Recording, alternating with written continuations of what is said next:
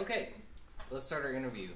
What is your name, your major, and the school that you attend? My name is Mariana Mata. I'm an accounting major, and I attend UTPA.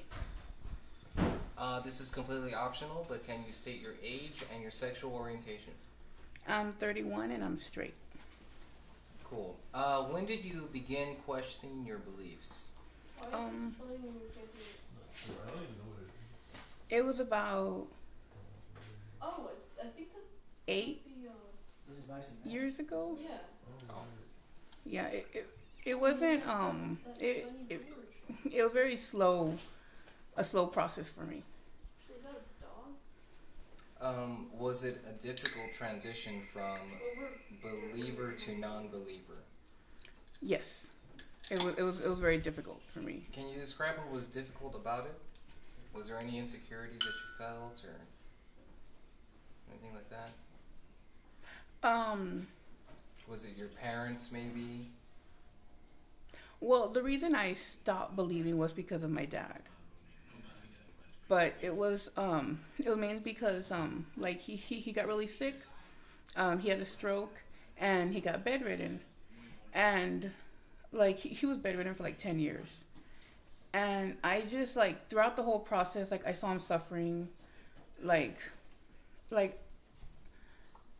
didn't want to believe in a God that would put my dad through that, because he's like he was like the most important person like ever, and like he went through a lot, and like it was just really hard on me because he suffered so much, like the whole 10 years he suffered. Like he was never not in pain.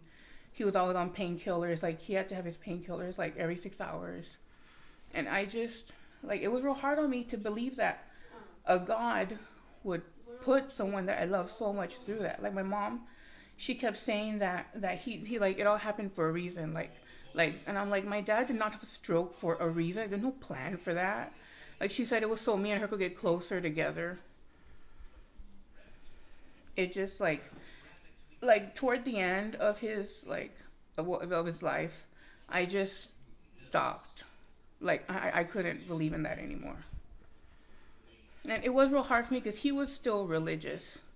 Like he was very religious, and my mom was very religious, and like I would never have told him. Like my mom knows I'm an atheist now, but I would never ever in my life had told him that I was an atheist, because he would like it would just break his heart, because it was very important to him. Do you still feel any resentment towards your mother for mentioning things like it's God's plan or anything? All the time. Like I don't know, I can't see why she would believe that happened, because it was all sort of some plan. Like everything happens for a reason.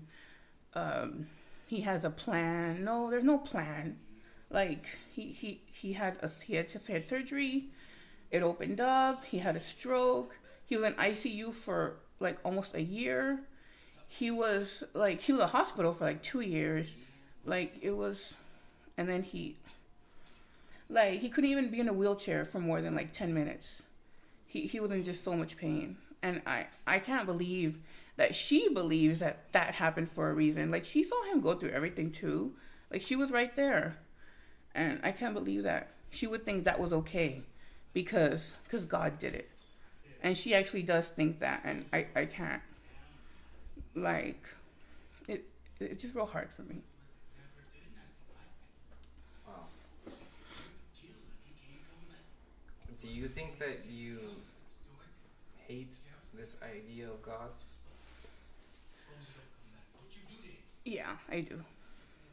I don't want to call myself an anti-theist, but I am. Like I'm very anti-religion now. Like when to my religious friends, when they post stuff, I'm like it just like disgusts me that they think that it's real. Like how can, like I guess, like I know that's how they were raised, and that's how, like I know they believe it, but it's very offensive to me that they actually believe it's true. Like, how can you believe in someone like that? Like, all the starving children, like, how can you believe that's okay? Because there's a plan for them too. And, like, people believe that. And I'm just, like, that's real, I don't know. Like, insensitive. Yeah, like, it's just wrong to me. Like, I don't understand it. Like, now, I know I used to believe that.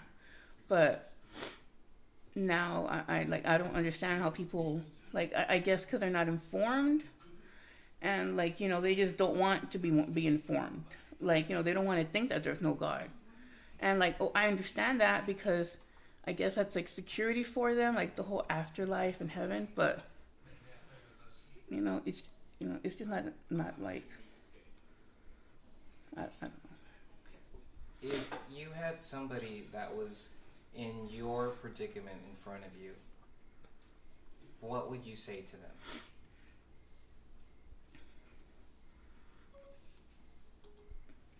I would say it's because in the beginning it was like I didn't want to believe that it wasn't true, and I thought something would happen if I stopped believing, and like nothing's gonna happen. Like if anything, I'm more I guess you could say enlightened now. Like I love my life so much more, and like because like before, it was like I guess I was looking forward to heaven. Like, you know, like in my mind in the beginning, it was like, well, once Dad gets to heaven, everything's gonna be okay.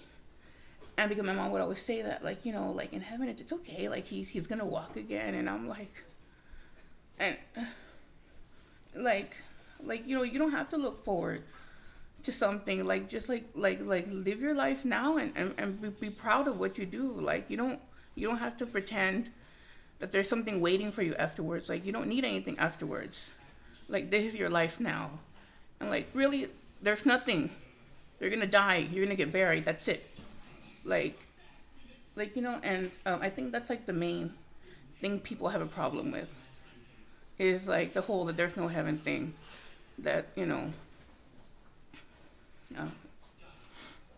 Well, thank you for sharing your story with us. And can you state your name one more time and the university that you go to? yeah, my name is Mariana Mata, and I go to UTPA. Thank you so much.